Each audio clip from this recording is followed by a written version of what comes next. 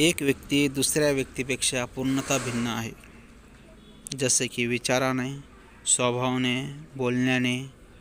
प्रत्येक व्यक्तीला असं वाटतं की माझे विचार श्रेष्ठ आहे, चांगले आहे. एखादी व्यक्ती जर दुसऱ्या व्यक्तीच्या विचारामध्ये आला, त्या विचाराच्या प्रभावामध्ये आला, त्याच्या सानिध्यात राहून, तेव्हा त्या व्यक्तीला कळते की माझ्यापेक्षा समोरच्या व्यक्तीकडे काहीतरी वेगळं आहे, काहीतरी चांगले विचार आहे, काहीतरी महत्त्वाचं आहे. त्या व्यक्तीच्या विचाराने तो प्रभावित होतो.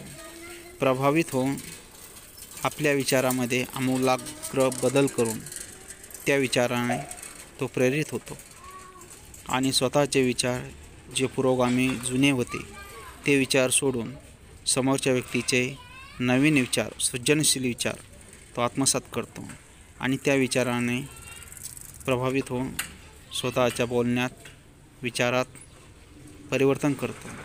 त्या विचारानुरूप तो वागण्याचा प्रयत्न करत असतो.